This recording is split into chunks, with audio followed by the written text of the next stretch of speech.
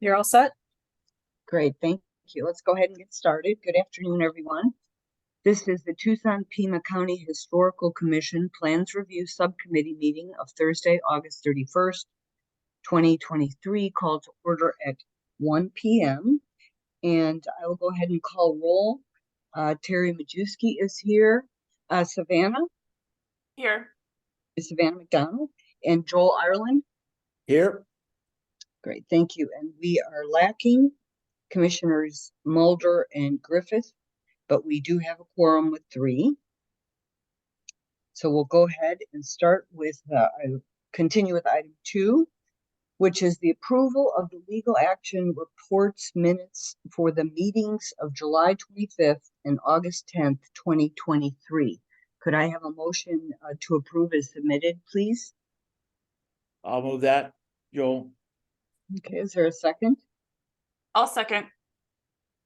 Great. Is there any discussion on either of those sets of minutes? Okay, if not, I'll go ahead and call roll. Terry says aye. Savannah? Aye. Joel? Aye. Right, it passes unanimously 3-0. Thank you. We'll move on to item 3, which is an Urban Overlay District UOD review case that we review under UDC Section 5.13 and the revised Secretary of the Interior Standards and Guidelines. So case 3A is SD-0623-00069 for 2545 to 2637 East Broadway Road. This is for replacement of storefronts, construction of shade structures at the front and rear facades, limited demolition and construction of a rear parking area. This is a full review in the Sunshine Mile National Register Historic District. There are contributing resources, and we use the rehabilitation standards. And who do we have to give us background on this case? I'm going to let Maria go ahead and give the background. Okay, sounds great. Hello, Maria. Hello, Ms. Majewski, members of the PRS. Yeah, this is they're calling now the Solot Plaza. It's, they're redeveloping the site. There's about, I believe, 16 buildings on this strip mall. It's a designated contributor to the Sunshine Mile district. And they are renovating and doing all kinds of things to the buildings. The intent is to have a mix of, restaurants and personal services, retail on site. One of the changes they're doing, and the design team is here for a presentation, but they're changing facades. They're opening some patios and pedestrian pass-throughs. They are using the Sunshine Mile District overlay as a redevelopment tool. They are proposing reductions of parking and setbacks, different landscaping modifications, and that's pretty much it. It requires to go through historic review per the SMD.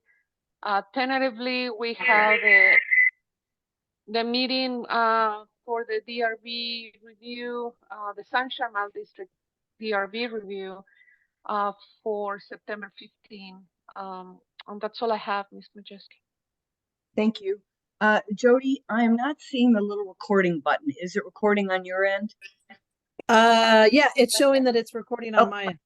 No, I see it. Okay, it's just in a different spot for some reason. I'm sorry, Maria, you said that DRB review will be on the 15th of September? That's the next DRB meeting schedule already.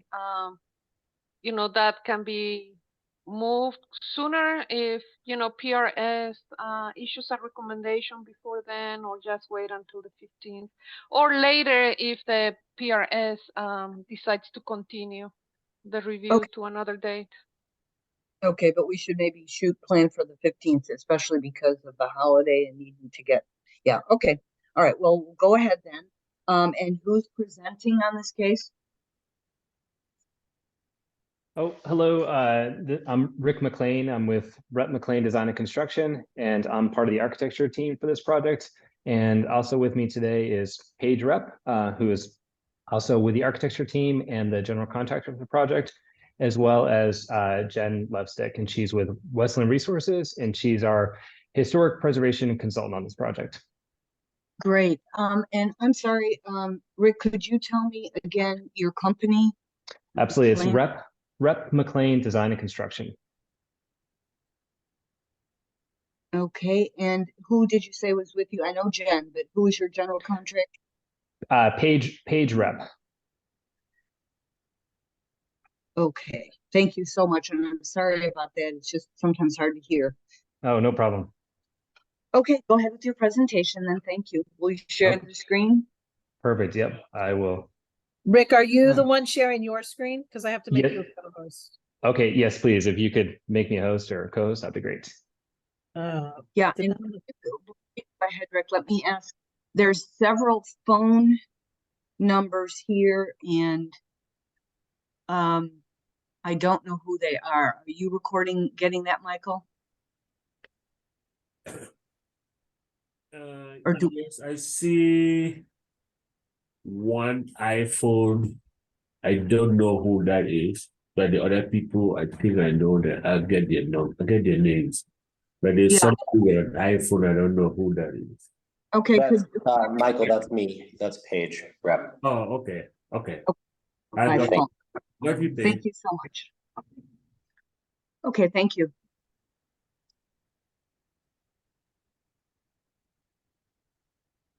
Well, great. Can everybody see my screen okay? I can, thank you. Okay, terrific. Well, thank you all very much for taking a look at our project this afternoon. We're really excited about this project and you know what it's been and what it could be for the future of Tucson. So I want to kind of run through where we've been and kind of what we have in mind. So this is the Solot Plaza, which is a series of buildings that were built mainly between 1955 and 1967.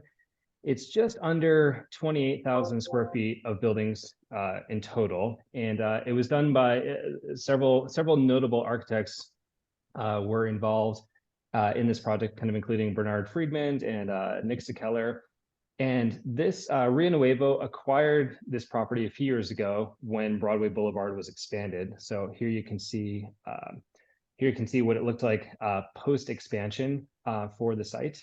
And the project team that we're involved with won the right to develop the project through a competitive RFP in 2012. And I'll show you a few other. This is kind of what it looks like today. What the north side looks like. This is kind of an image of when it was before Rio Nuevo acquired it, when it was kind of last actively utilized. And this is one of the renderings that we used to demonstrate to Rio Nuevo kind of what the intent of the project might be. And so the goal of the project was actually pretty simple. The goal was to honor the historic character of the original buildings, and then it was also to bring in businesses that would be kind of amenities to the surrounding neighborhood, so that it could be utilized and enjoyed and maintained by the local community and by its residents. Additionally, the other thing that I want to point out too is that the development team is applying for historic tax credits on this project. And so in doing so, we started conversations with both the SHPO and the National Park Service probably at the beginning of the year. And so a lot of the design has been done in consult with them. Currently, we've gotten SHPO has let us know that in their review, they've deemed the design as following the guidelines for the Secretary of Interior standards. We've finished our Part 2 application, and that is currently being reviewed by the National Park Service as we speak. there are several challenges with the project that we sort of identified early on, and it needed to address in the design. Probably mainly the biggest one is sort of parking and access. So when Broadway Boulevard was all the parking for Solot Plaza was entirely on the south side of the project. It was entirely on the Broadway facing facade. This was always kind of back of house, sort of dirt lot area back there. And so when Broadway was expanded, all of that parking area was removed at that point, and the project was left with no parking whatsoever. And then secondly, because the buildings go from kind of west property line to east property line, they fit the entire site.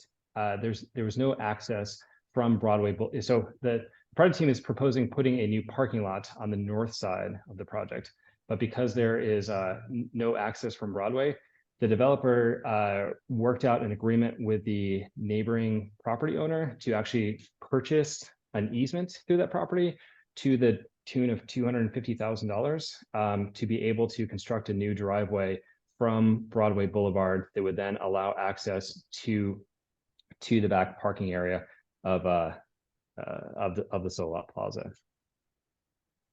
And then in addition to that, in order to fit the parking lot between the building and the property line, we are proposing as part of the project to remove there are two additions that are not original to the original buildings there that we're proposing to remove, and that's this addition here and this addition back here. And then we are proposing as well to remove doing partial demolition to two historic contributing properties, and that would be this addition here. I'm sorry, the demolition of this space here and the demolition of this space here. And I can show you, and this was something that we sort of worked out with, or that we worked heavily in concert with SHPO and the National Park Service early on. These are some of the drawings that we worked on with them. You can see that this is that far west side. This area over here is the non-historic addition that was built years after the original building. That's kind of indicated this section back here. This area from this line to this line, this is the proposed area that we'd be looking at doing a partial demolition of this building, of the original structure.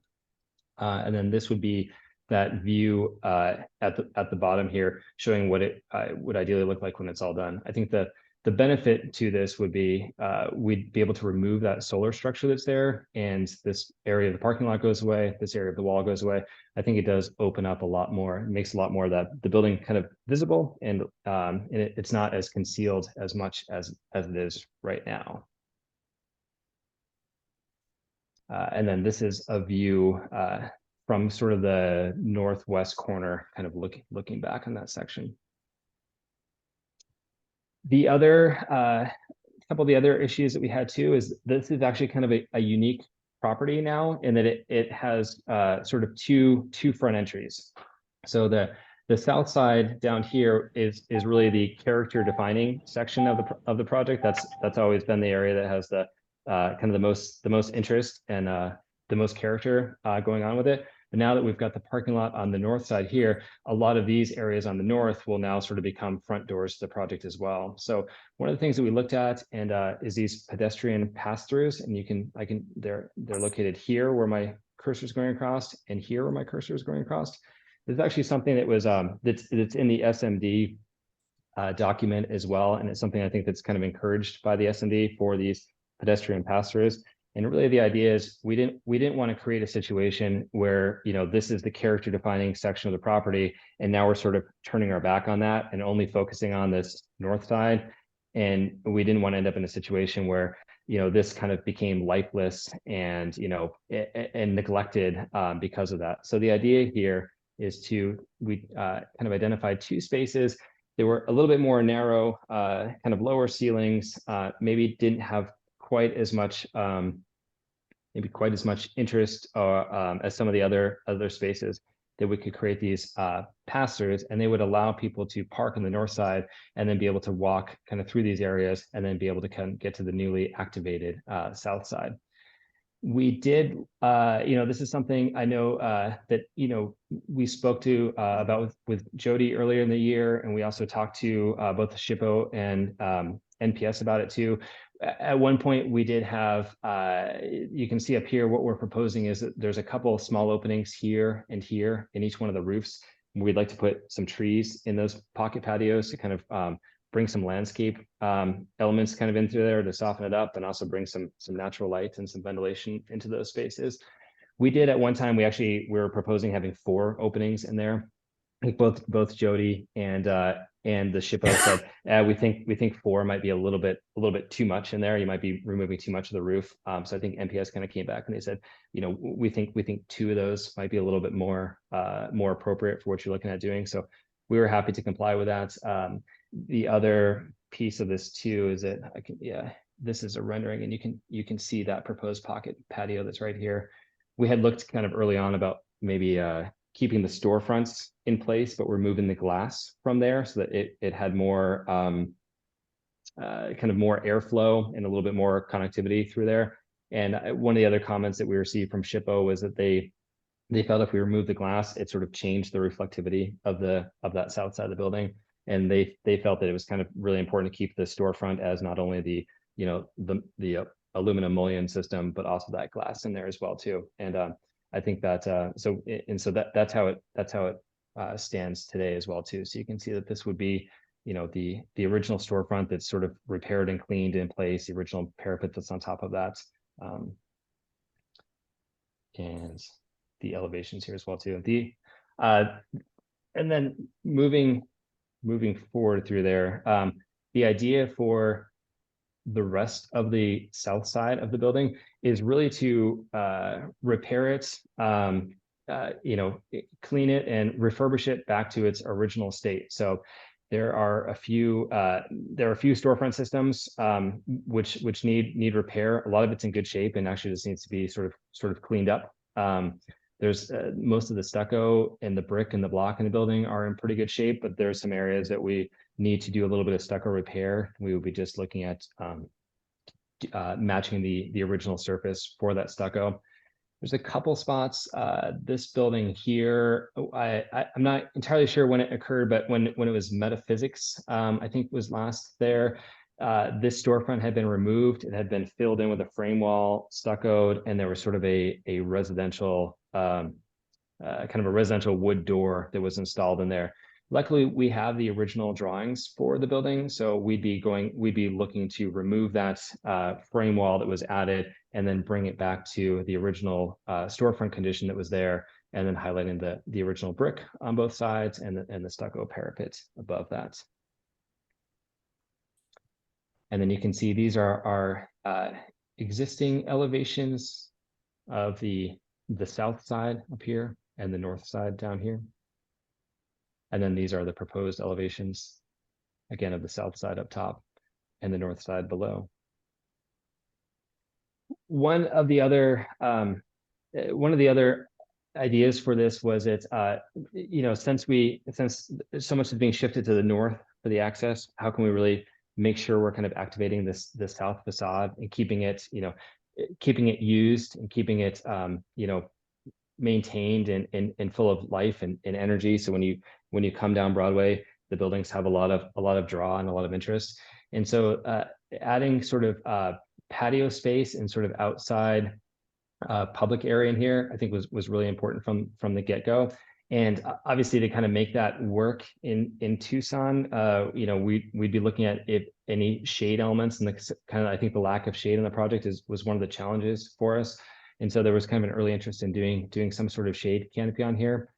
So what we're proposing is that this is actually a very light trellis. It's not a full waterproof roof. It's just a light trellis in here.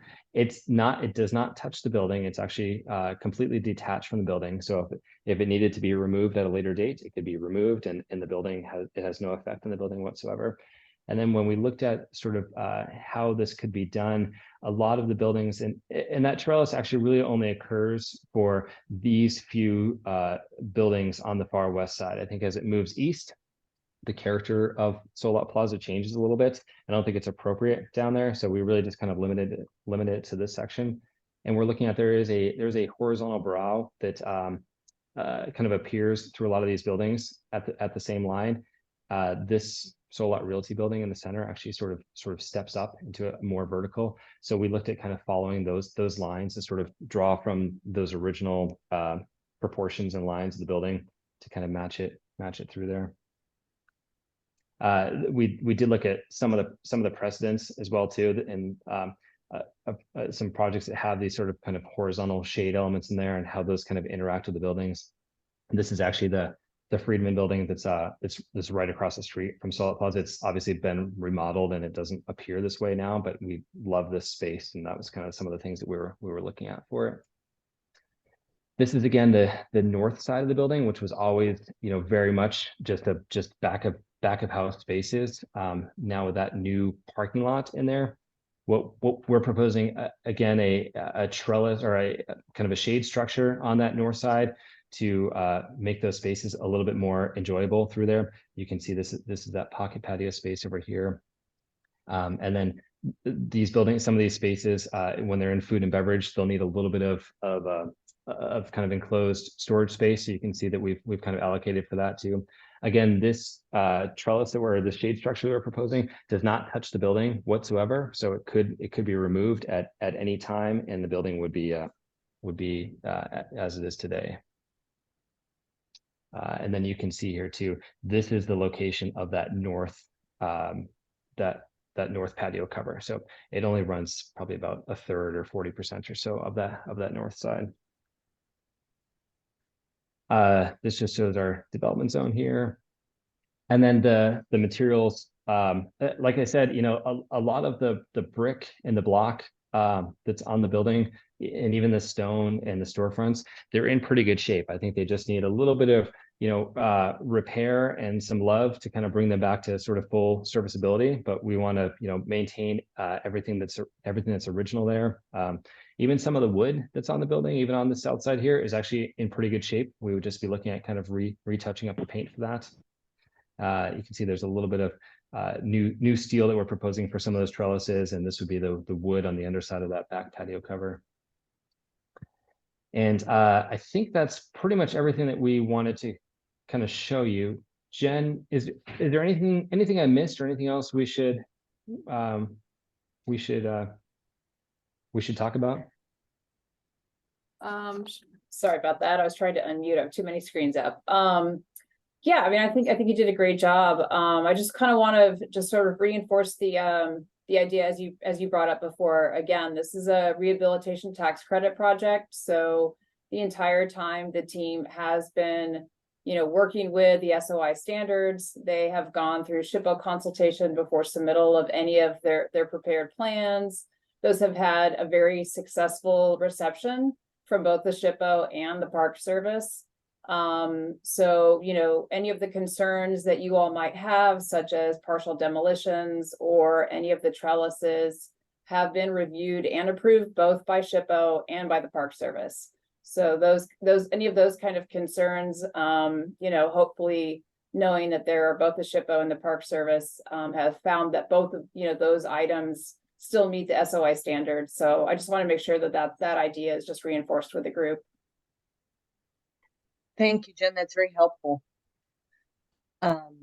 So I guess we'll go ahead and I'll ask for comments, but I do want to mention that I wanted to ask Maria a question. So as part of the UOD, is it, I mean, it's not really like opting into the IID, is it? Where you have to make sure that you don't lose the contributing status of buildings or things like that? Or is it simply because, I mean, the tax credit program would also require that, correct? Ms. Majewski, members of the PRS, in terms of retaining contributing status of, you know, structures in a project, it's the SMD is the same as the IID. The SMD is a different overlay, but includes the provision that the contributing status is retained. They don't get delisted. It allows for some modifications as, you know, required by SHPO, right? And it goes through the review of the Historic Preservation Officer and the PRS. Great. No, that's very helpful. Thank you for clarifying that for the record. And I really appreciate it, presenters, that you have done so much pre-consultation on this, because that doesn't always happen. So thank you. Let's see, Savannah, would you like to make any comments? Sure, yeah, I can start. I just to start had a question. I saw in the materials that there's modification requests. Do we need to address those at all as part of, I know sometimes we make motions related to setbacks, and I just was curious about that, if we needed to address that as part of this board. Or it could be, go ahead, Jody. No, it's Maria. Maria, okay, go ahead. Yeah, Ms. Majeski, members of the DRB. Yeah, the applicant is requesting modifications to the underlying requirements of the Unified Development Code regarding setbacks, and landscaping, number of parking spaces, and you know, because this is a whole change of different land uses, you know, the code would require them to be 20 feet, you know, from the property line along Broadway. But of course, historic preservation supersedes all of that, and that's part of the review of, you know, this whole design package and review by the PRS and the SMD DRB. Savannah, are you asking that if in a motion we have to say that we recommend acceptance of those modifications? Is that your question? Yeah, that was just curious about that. Yeah. Yeah, Maria, would we need to put that in the motion? It's up to the PRS, you know, how they want to word their motion, but basically it's, you know, if you are recommending approval of the design of proposal as presented by the applicant, which includes all the requests, right, presented. But in terms of historic preservation, yeah, that's the focus for the PRS. Yeah. Okay. I think, does that make sense, Savannah? I think that if we, let's say that we do recommend approval as presented, that would assume those modifications. Okay. I think. Okay. Yes. All right. That's good. That's clear. Yeah. Okay. No, I think, thank you for the presentation. It was very thorough. I appreciate the distinction of the old and the new, and kind of you know, trying to get back a little bit of the quality and the characteristics of the old, but also kind of do some interesting new things on the north. I guess I was interested in the passageways, if you have views of what that is. I mean, the term Zagwan comes to mind there, and I don't know if you've researched that much in terms of vernacular architecture, but it just keeps coming to mind with those passageways, and those are really intriguing to me as to what those will be as proposed. So I don't know if you have a view of those or what that will look like, but yeah, so yeah, no, I think that's great. And I love the Zagawans as well too, because they function, I'm just going to go back to a plan here, because they function so well in our environment here. Unfortunately, I don't have a rendering of what these spaces look like, but their intent would be that almost like a Zagwan, that you could kind of get a space that's, you know, you can be sort of semi outdoors, but it's a much cooler space to occupy, so that it can be used for a longer period of the season. Because of the shade and because of the cross ventilation through there.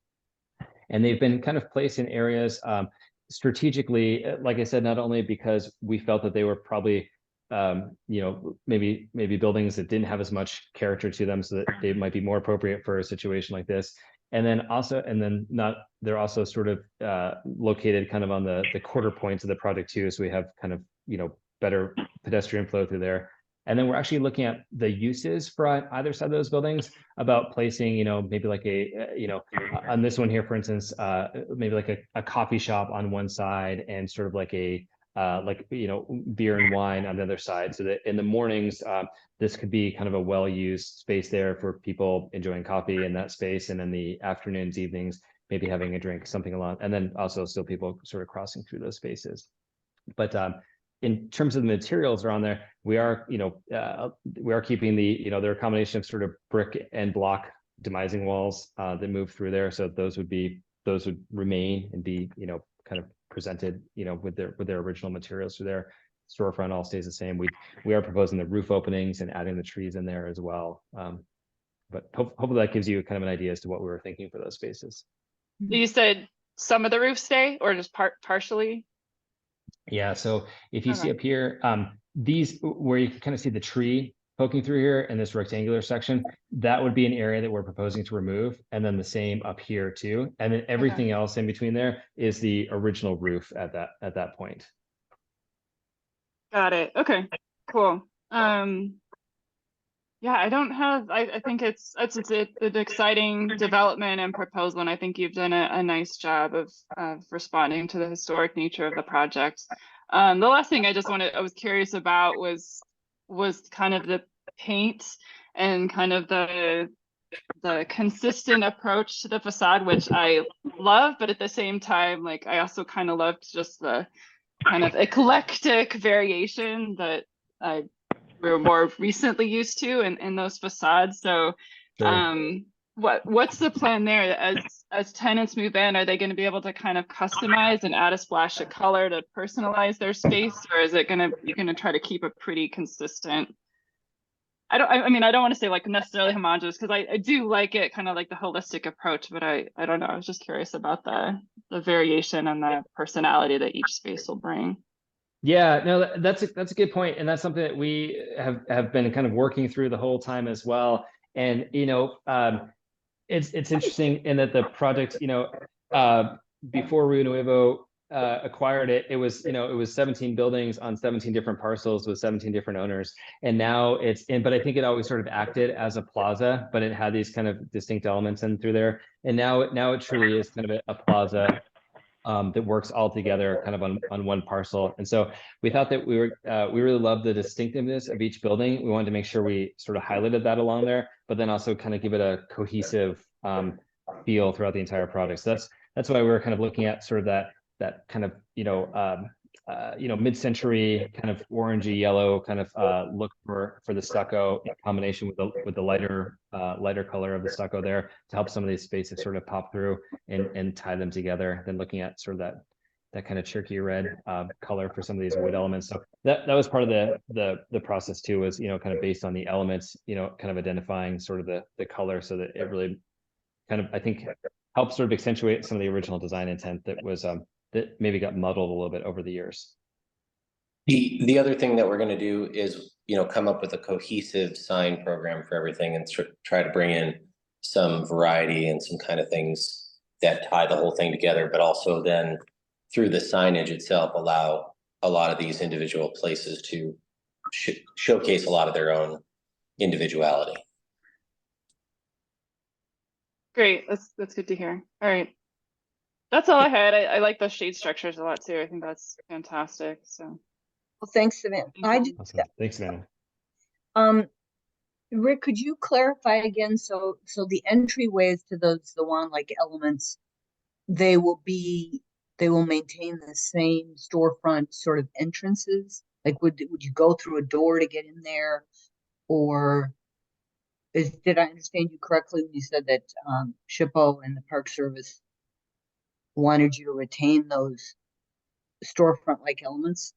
Yep, that's exactly correct. So this, if you can see my cursor, this is one of those pocket passages right there. And so this is the existing brick that's on both sides, the stucco parapet above, the aluminum storefront system, and the glass that would be there in there as well too. And that was something that we worked a lot with SHPO and MPS on it, and they felt because of the reflective nature as you're kind of moving down Broadway, having that glass was important. Thinking that in practicality senses, that door maybe sort of during normal business hours. Maybe that's kind of, opened and pinned open in an open position, something along those lines there too. But that the door in the storefront would remain. And that would be the same on the other side of the passageway, the back side. On the backside, because it was such a, let me, if I can find an image back there. Well, so on the backside, this is the backside of the system that's there, or of the proposed pocket patio that's there. This is something that we worked out with them as well too. They were actually okay with us sort of removing this section of, or we didn't remove it entirely, but removing a piece of it so that it could act more as a passageway that came through there. And I can So show that you would be open. That entryway would be open. That's correct. Yeah. Okay. Okay. All right. Thank you. Yes. Yeah. Joel, what about your questions?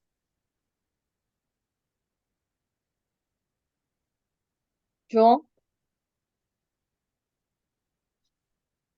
Sorry about that muting.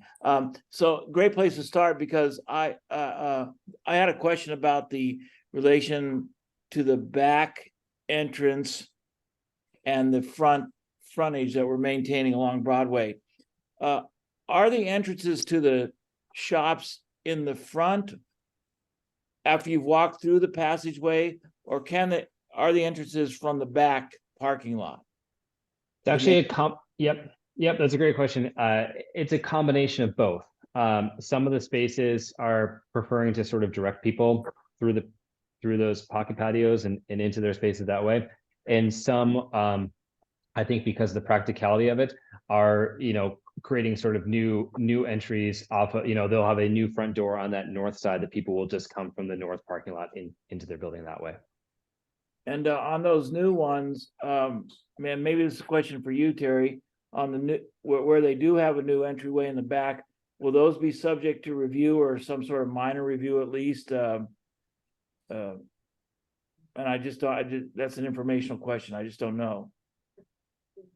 I don't think so, unless, so I think it's the case, Jody, you can clarify if I'm wrong, or Maria, if DRB has something completely opposed to our motion, then it could come back. I mean, sometimes we put that as part of a motion. And Ms. Major, go ahead. members of the PRS, yes.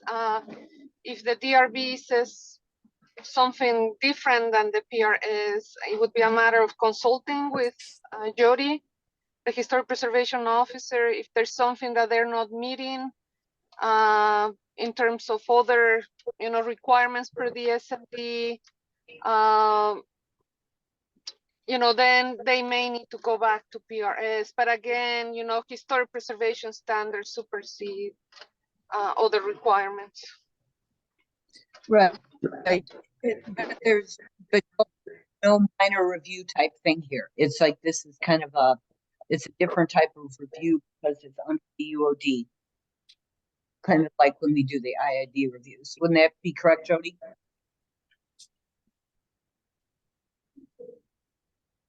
Apologies. Correct, because this is a UOD. They're coming through for this review, and it's to allow for allowances, so to speak, on the code. So if they came back for something that required a minor review, they wouldn't necessarily come back through PRS. So at a later date. Right. And our main intent had correct. I'm sorry, you cut out there.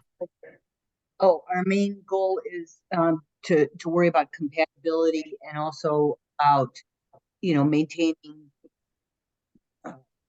eligibility and things like that. So it's not the same code provisions don't apply necessarily that is in HPZ. Correct. The HPZ has a design.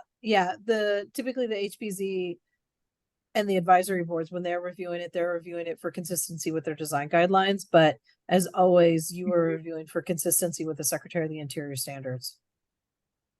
Right. So does that make sense, Joel?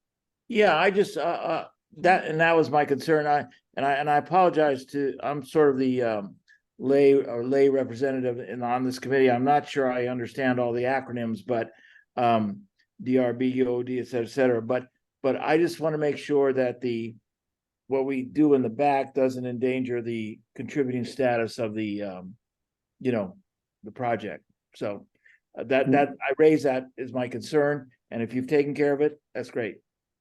Rick, Yeah, and just to follow up with that, to Yeah, Jody's sure. point as well, too, the standard being the following the guidelines for the Secretary of Interior standards, and that's something that SHPO and the National Park Service have both reviewed, and they've reviewed the proposal all around, for all aspects of the building. Yeah. do you want to show the north side again, just so Joel can refresh his memory? Just so, Yeah, I because can- this has been approved by SHPO. This Right, so north you can. side. There you go. Yeah, so these are the north elevations down here. So we actually went through and if you can see my cursor, kind of maintained as many of the doors. So exactly to your point, Joel, earlier on, everybody that was going to be able to direct their clientele to the south side of the building or through the pocket patio, we said, that's great. We're going to leave the existing openings as they are for your spaces, do the same thing that we're doing on the front, where they just get refurbished and cleaned and back to working order. And then for the spaces that because of their proximity that was absolutely not possible, then they are getting a storefront system that's kind of a modest storefront, but it matches the size, scale, and proportion to the storefronts that are on the south side of the building. So they're all still in context with the relative time period of the project. So That's great. I can just chime in just a couple little other points for you, Joel. So one of the nice things about contributing properties is that the requirements for them are not exactly the same as an individually listed property. So this being the north side elevation being kind of the back of the house, as Rick pointed out, means that you have a lot more flexibility with what you can do with it. So really the designation of these buildings in the National Register as part of this historic district is largely based on their primary facade or the street facing elevation. And so the back of the property was never meant to be seen historically. So those character defining features and the ways that you evaluate the historic integrity of those buildings is largely based on that Broadway facing elevation and whatever is visible from the sort of the pedestrian area, like the sidewalk or the street. So the back, again, there's a lot more flexibility with that. So nothing that's going to happen to the rear or the north elevation of this building with these proposed changes would negatively affect its eligibility or continued listing, in the National Register. I appreciate that, and I think you guys have done a great job of working with SHPO. I think it's a great idea to work with them, and you guys have done great in terms of working with them, because that relieves my mind a whole bunch, and especially in justifying both the south elevation and making the small demolitions that you need to make the historic contributing properties useful. You need to have that ingress of the parking lot. You've justified that beautifully, so I really appreciate that work, that preliminary work you've done. So I'm ready to go as presented, but I just wanted to sort of explore those few things. And the other last issue, two things, and really they're not big things, but I noticed that in the blocks that you had some pictures of there, those half blocks that are used for construction. Are new ones available that size, or do you need any new ones that size? Oh, are you on these patio walls? Is that what you're referring to? No, here? the old, I saw in one of the pictures you had of the materials, the bricks, the wood, and you had those half blocks. Blocks are usually a foot tall, the number C. Oh, yep. So actually the predominant masonry block that's in Solot Plaza is actually 4-inch high block. So these are 8-4-16, so 8 inches wide, 4 inches high, and 6 inches long. Unique to the period, I think, right? Yep. Has a nicer look. Unfortunately, doesn't get used as much these days because it's twice as much block and twice as much labor to install. Yeah. So, but so we're happy it's there and happy to kind of express it. So none of these are new, they're just the old ones, is that what you're saying? That's correct. Yeah, these photos are photos from Solat Plaza, the Gotcha. actual materials. And then, okay, great, I'll stop there, that's great, so good deal, Great. good job. Thank you, Joel. Thank you very Thank much. Great. So Savannah and Joel, should we discuss a motion and who would like to make it? And is it simply to recommend as presented, or Savannah, you had some other little things. Did you want to include those, or? No, I think it's good to go as presented. What do you think, Joel? Yeah, I do too, I agree with you. Okay. I just had a quick question. sure. The Go ahead. original vision, you showed that original rendering. Was it retail? Was it restaurants? Like what was it originally, like back in the 50s, late 50s? Yeah, I mean, a lot of it was actually a combination of retail and some offices that were there. So everything, a lot of things we could find was, Mr. Solat, who was a prominent businessman in the 50s, and I think he commissioned kind of several of these spaces through here. This was Solat Realty. This was kind of his building that was in here, so that was an office building. We tried to find some of these that were done through here as well too. They were just listed as as a new building on Broadway, and we didn't know what the original use for some of those were, but I think it was a combination of retail and office at the time. Interesting. Well, I definitely like the more restaurant friendly approach. It gets a lot more people in there. Yeah. Okay, cool. Yeah, so and we really wanted to look for things that were sort of like community amenities, and then also just spaces that could, like I said too, I think we think the best things about these buildings is when people patronize them and utilize them and enjoy them by driving by and by coming to to patronize the businesses and get to experience it sort of on several different levels. So that's why we like pretty much everybody on the design team lives right around here, so we're super excited when we get to work on projects that we get to be we get to take advantage of as well too. So. Cool. So Great, none of them thank will you. be offices, do you think? Perimeter. So Paige, correct me if I'm wrong. Perimeter Cycling, which runs Altura to Tucson, has been in this plaza for a long time, and I believe they will remain in this plaza, and they're an office use. But I think most everything else is a combination. There's a little bit of food and beverage, and then some personal services. A salon. Coffee, and then I think there's some exercise focused places as well. Yeah. Everything else falls under the definition of retail. So like what Rick just said, and the only office function is El Tour, but they're actually planning on bringing in a retail component to their operation. So they'll have a small shop and sell bike parts. They might do tune-ups or something like that. So they have an intention of developing that into more of a community-centered storefront, as well as their base of operations for the El Tour. Cool. Thank you. So Thanks. Savannah or Joel, who wants the motion? I can make a motion.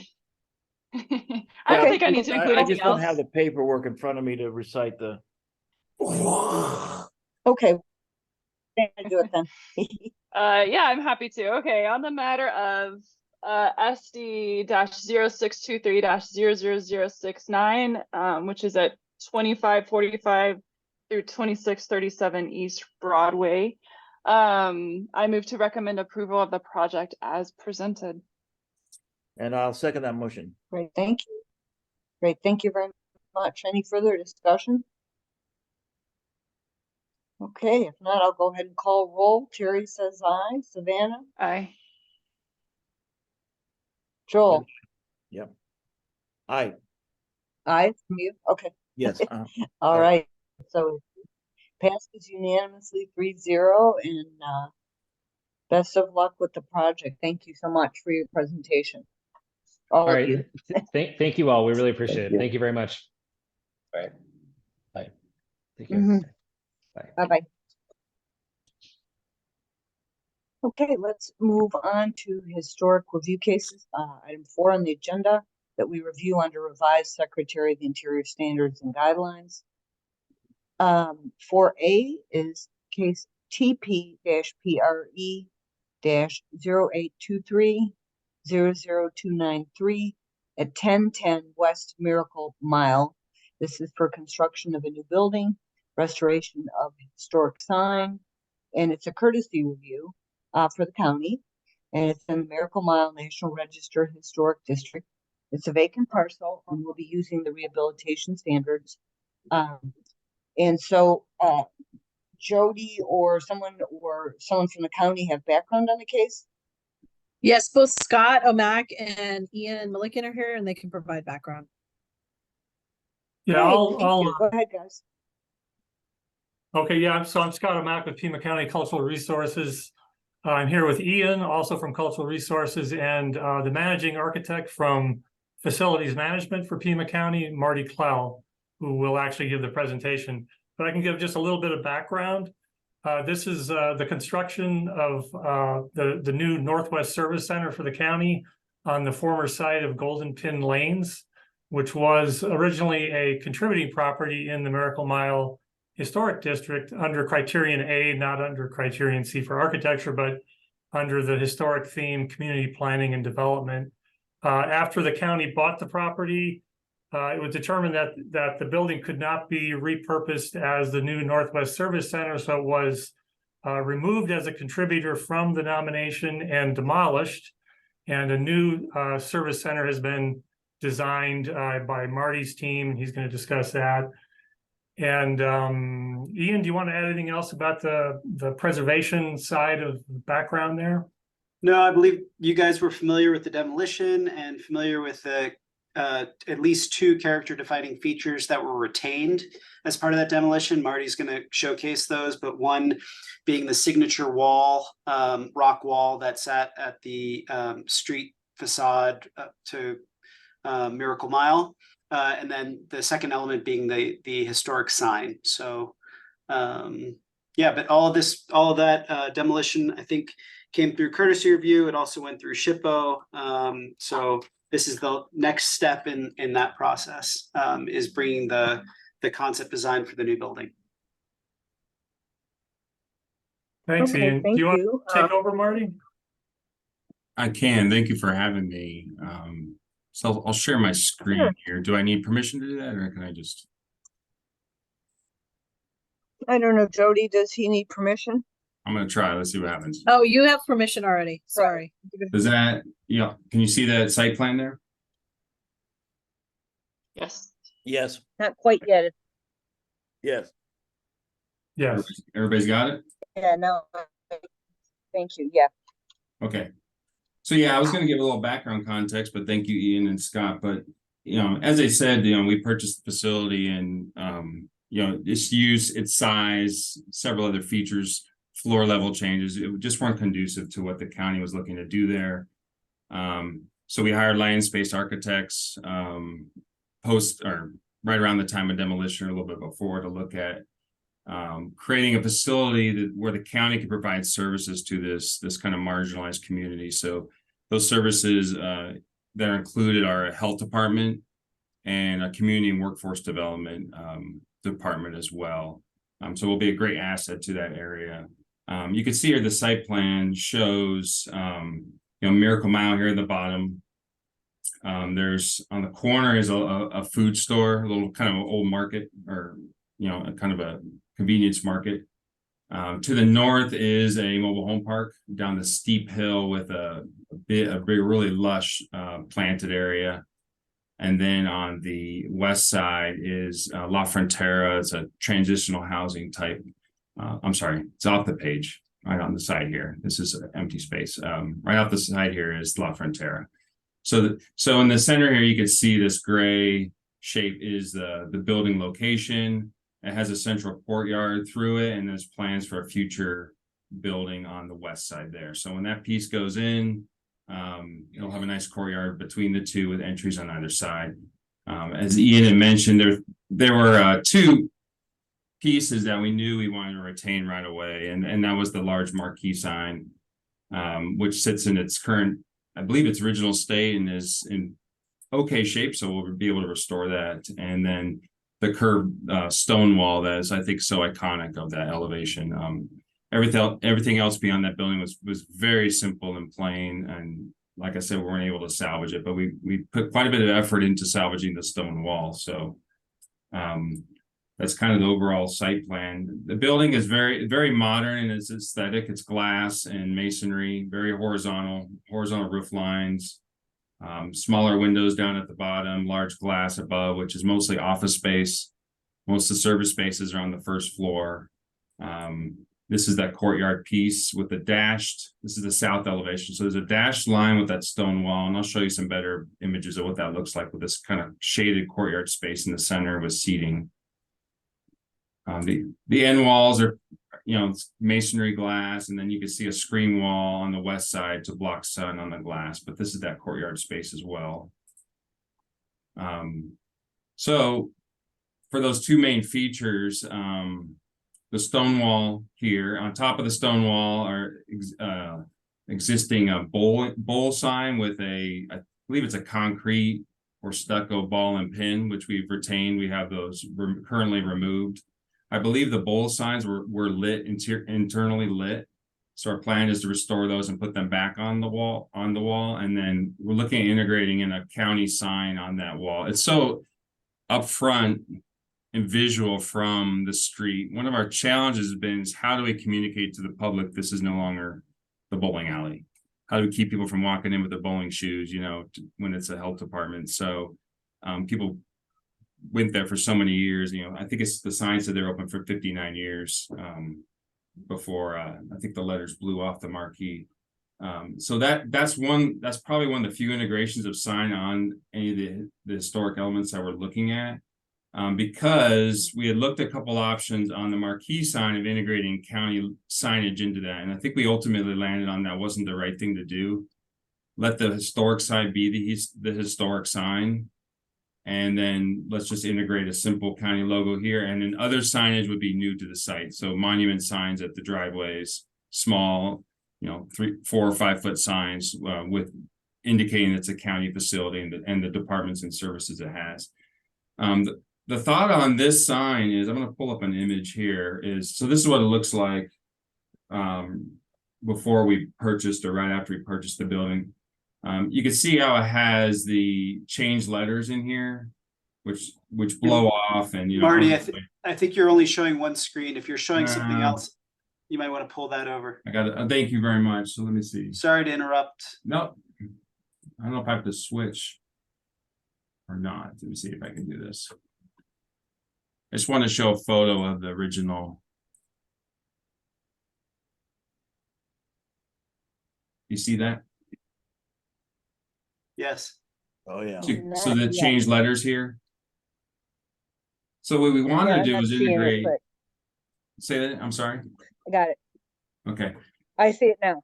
The thought was to try to use the same font and letter style. So we didn't, like I said, we had thought about integrating county signage into this piece.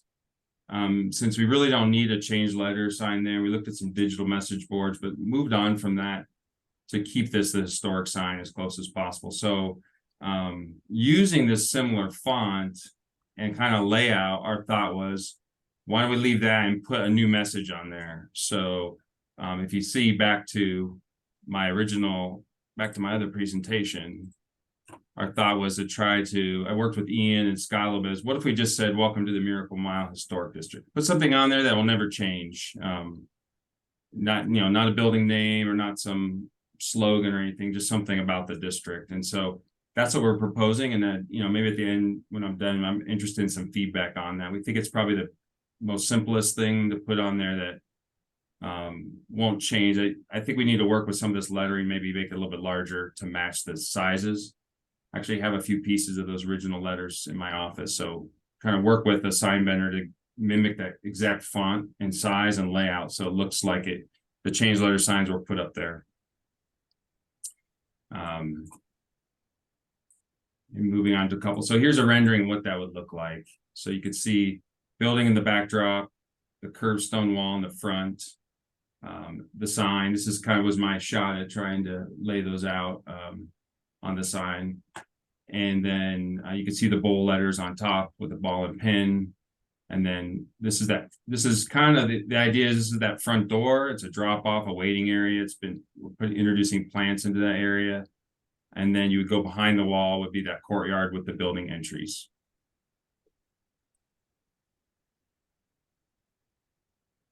I just wanted to show you, if you drive by right now, you'll see a, go ahead.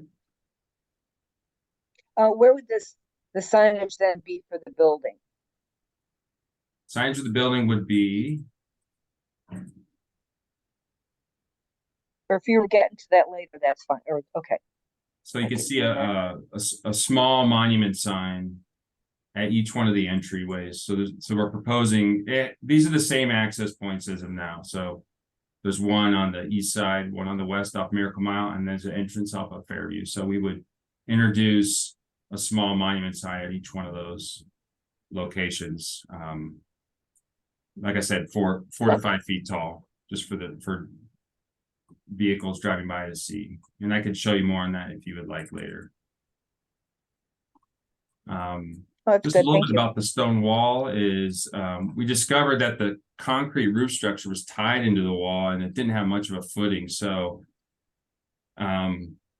we needed to brace it and support it. So the architect came up with the idea of using a cast in place concrete backdrop to that wall. And so you can see here's the wall poured, and then this framework around it was just to protect it until we started construction again. So if you drive out there by there now, you'll see a big giant curved wood box shape that really is just protecting that.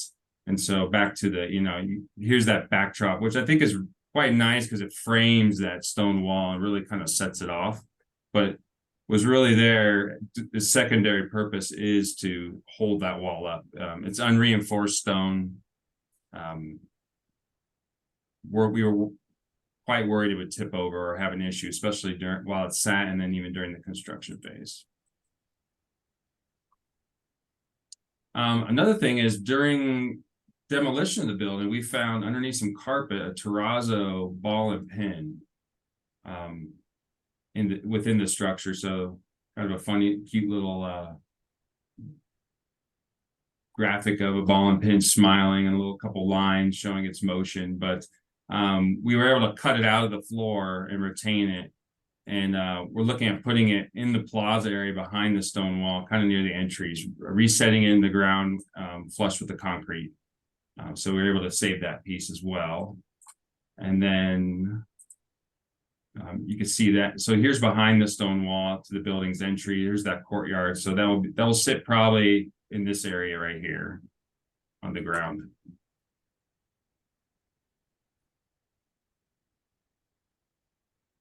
We are also able to preserve some of the original wood bowling lanes.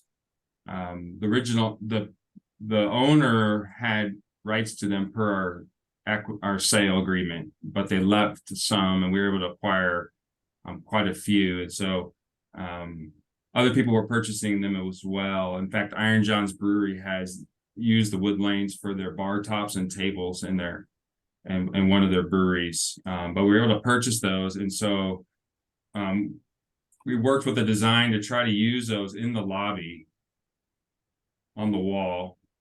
And we're looking at integrating in some photographs in the entry lobby, showing maybe some historic photos of people bowling, maybe some of the exterior photos showing the original building, some of the cars from the 60s and 70s, and then even maybe a little bit of a kind of a history piece on the building and when it was constructed and its importance in Tucson and within the Miracle Mile area.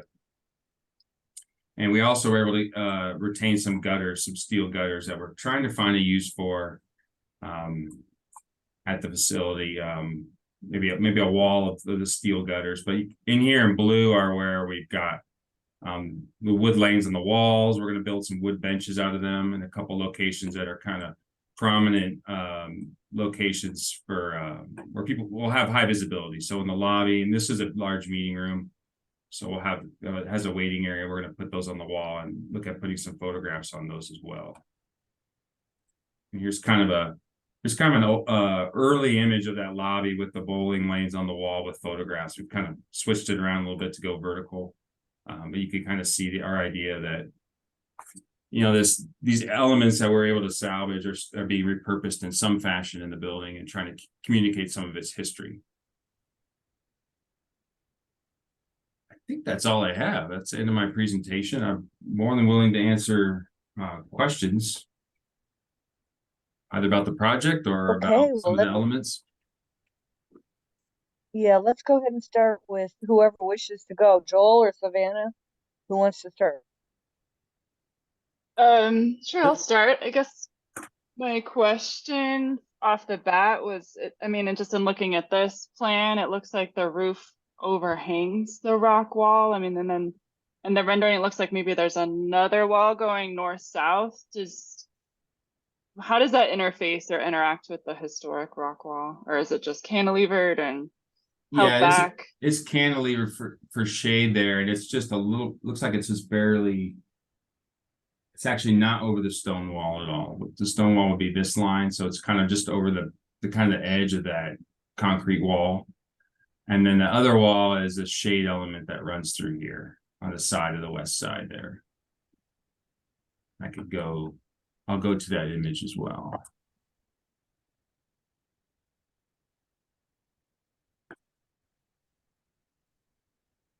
It's quite a bit higher too. That's up at the second floor roof overhang. Kind of shows that wall and the relationships. So we're putting that shade back in this on that back side, which is probably gonna be a waiting area. I imagine these facilities tend to be fairly busy. The health department is a very active department within the county, and so whether it's vital records or a health clinic, which is in there, so see, it's a pretty active space back there. So we want to get as much shade as we could. Got it. And then the county logo on the rock wall, what is that? Do you have a material for that or how it's attached? My thought, we're looking at doing steel on some standoffs since it's curved. Okay. I mean, in looking at this elevation, sure it says bold, but it seems like the presence of the building is so prominent, especially its height. And then as long as you have the county logo there, I think there's not a lot of confusion, and I think it's addressed just fine.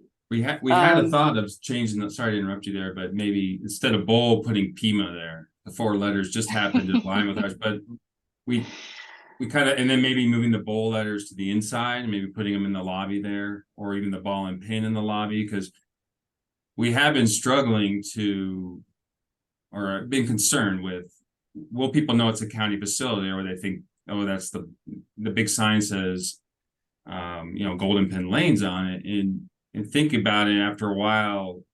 One of the precedents that I thought is the Grant Road lumber with the I can't remember the restaurant's name. I'm drawing a blank. I'm sorry, but Culinary Dropout. Yes, and so they've got, so I told people, I said, well, are people confused when they go there? Are they looking for the lumber store or not? Because it's pushed out along the signs along the street, but then the restaurant's set back.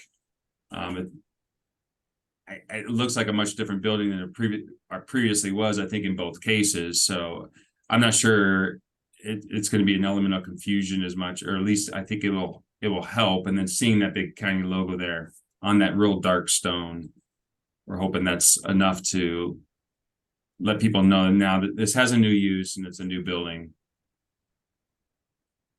Yeah, I feel like I'd miss the pin and the ball. I drive by every day, so I would want to see that, and I think it'll kind of fade away, and you'll really get the building. The thing that looks, it's the sign, it's the marquee that's like golden pins. I feel like that might be the one where, I mean, I don't know, maybe where it said cocktails, could it say like now the Pima County Service Center or something like that? I mean, I think currently, doesn't it say coming soon Pima County Service Center? I love the welcome to Miracle Mile Historic District for the main sign, but I don't know if there's some way to be like, oh, by the way, this is now Pima County. I think the only challenge might be is it's fairly small. I don't know. It's only about maybe 10, maybe 12 inch, maybe a little bit more, 12, 15 inches. I don't know.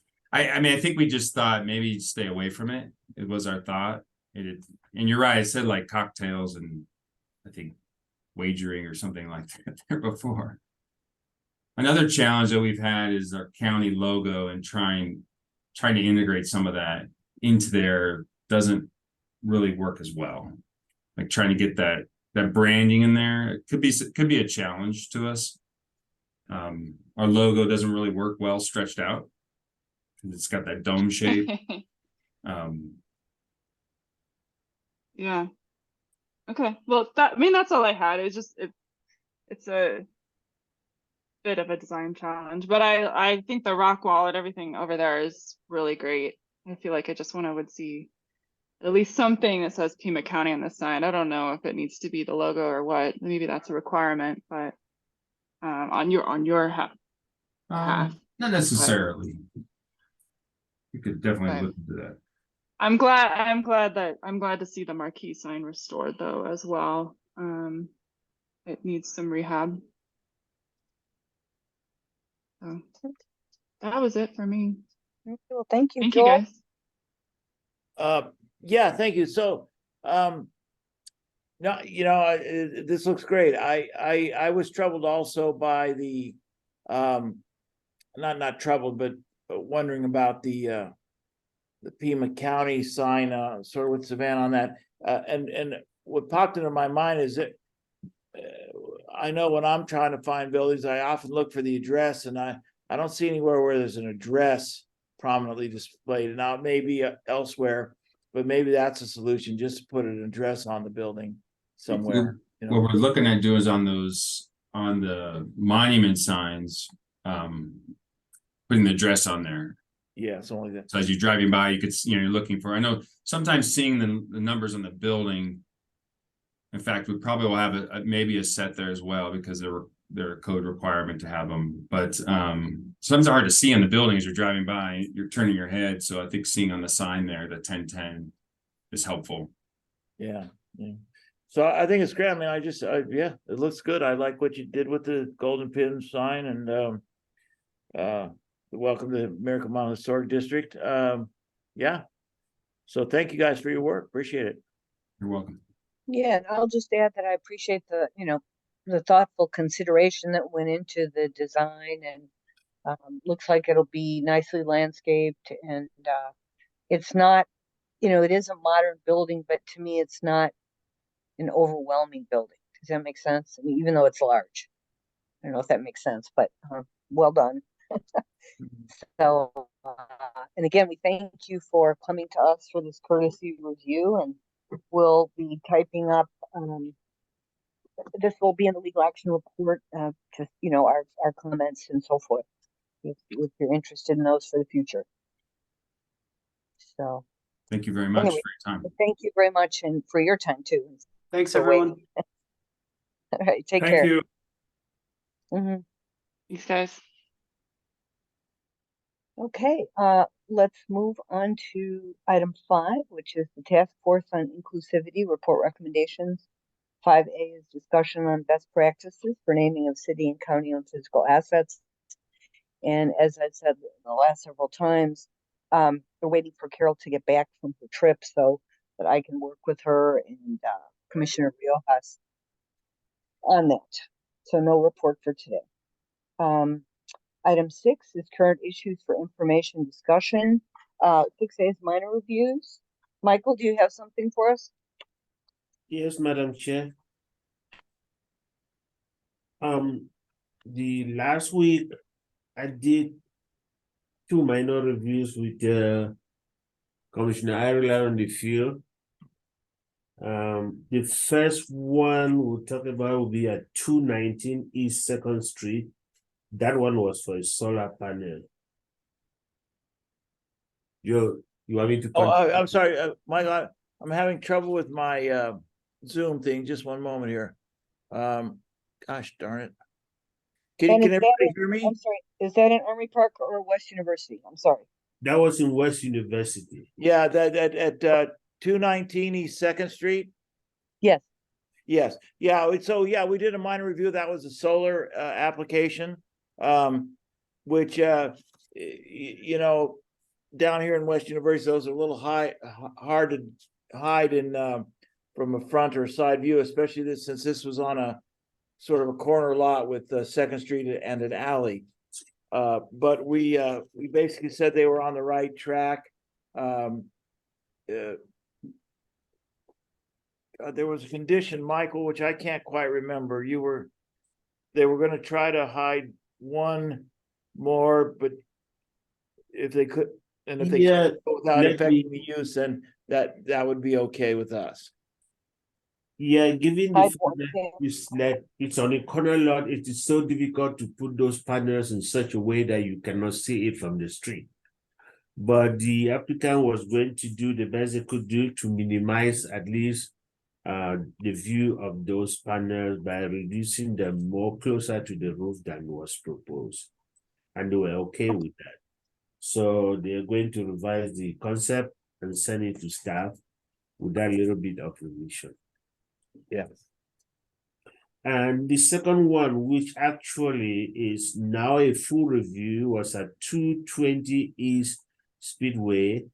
When they first talked to me, they just talked about replacing a couple of windows and swapping doors. But when we went on the side, we discovered that the discussion now was replacing about 38 windows Ooh, on that property. And so we actually could not proceed with the review because then I said, when you're replacing 38 windows on a contributing property, this is supposed to be a full review. It's not just the couple of windows that the applicant had indicated to me when I talked to her. So the review per se did not take place, but it is going to be a full review, and it will be going to West University, and also it will be coming to plans review. So they have resubmitted their plans, and we would be scheduling it for West University review, and eventually it will come to you at 220 East Speedway. Yes, this is that lovely building on Speedway and Fifth Avenue. It's it holds a program for children, families and children, that was started by the guy who started United Parcel Post. I didn't even know that was there. An interesting place. oh, that is interesting. Yeah. Well, thank you for doing those. I am going to request, All right. I need somebody to volunteer for me for next week. I do have 2 reviews to do next week. One will be 260 East Congress. That is a sign here in downtown. That one will be a Zoom review because I'm doing this with Heather. Heather cannot do on-site review. So 260 East Congress for a sign. 262 or 216? 260.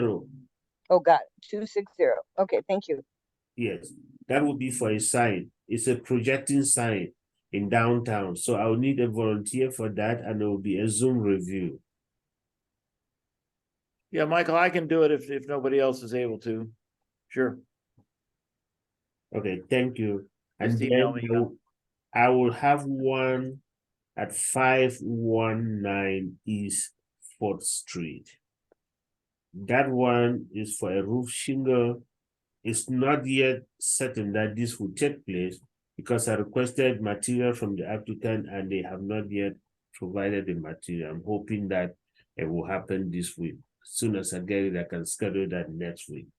So And which HPZ? that will be West University. West West, University. okay, that's what I thought. Okay. And I'm glad to do that too, Michael. That's my neighborhood, so it's easy enough for me. Okay, that's good. Once I get that, we probably might do an on-site on that one. I don't know. We'll see. But thank you for volunteering for both of them. Sure. That's what I have for minor review, Madam Chair. Thank you very much. 6B is appeals. We do not have any appeal that we know of at this time. There's a potential for appeal coming up, but we don't yet know. Okay. 6C is zoning violations. We do continue to have those cases as usual. But at this point in time, looking at our past reviews, we have like 3 zoning violation cases that we need to reactivate. One is on 119 East 16th Street. That one is a front door. And these are all contributing properties. That is in Amory Park. And then we have 728 East 4th Street. That one, for that violation is on windows. The applicant just decided to swap all windows on the property without going through any review or instead review or approval. So it has been in the process for a while, since 2021. And we're going to reactivate that. And then the third one is 327 East 13th Street. That one is in Amory Park. It is for a wall. This has been pending since 2022. So those three. Did you say 1313? 13, Okay. 327 East 13 Street for a Great. wall. So those are the 3 zoning violations that we have, but we also have one that will be coming to you probably in the next review. The one at 713 East 5th Street. They went to West University at their last meeting, and I believe they are good to move to the next step. So the next step would be the plans review subcommittee for 713 East 5th Street. That one is a zoning violation that is coming to you, I believe, in the next review. Okay. That's what I have for zoning violations today. Okay, thank you. Item 6D, review process issues. I don't have any. Anyone else? No. Okay. Okay, Jody? I do not. Okay, thank you. Item 7, excuse me, summary of public comments. Were any received by the deadline? No, we did not receive any. Okay, thank you. Item 8 is future agenda items for upcoming meetings. The next scheduled meeting is September 14th. Does everyone think they can make that? September 14th, yes. Yep. Yes, on you, Savannah? Okay. Yep. I got it.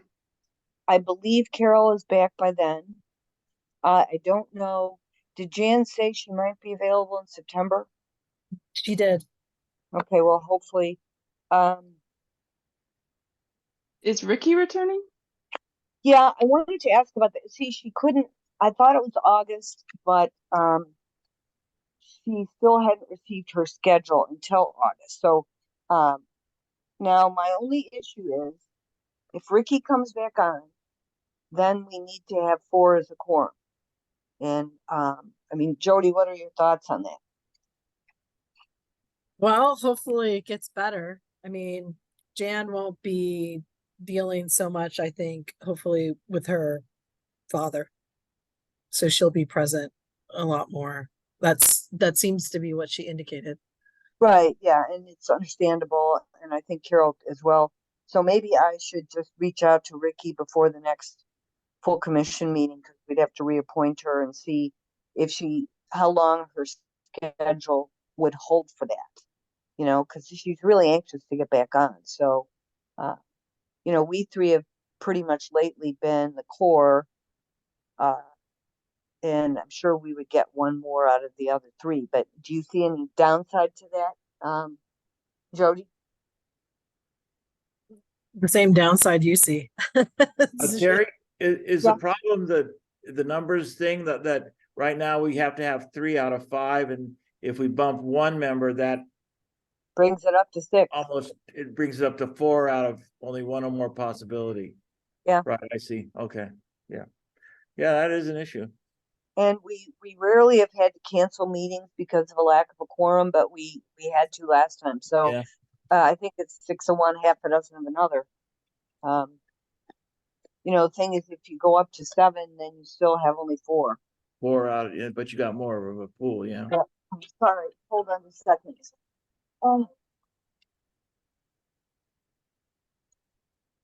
Hold on just 1 second, folks.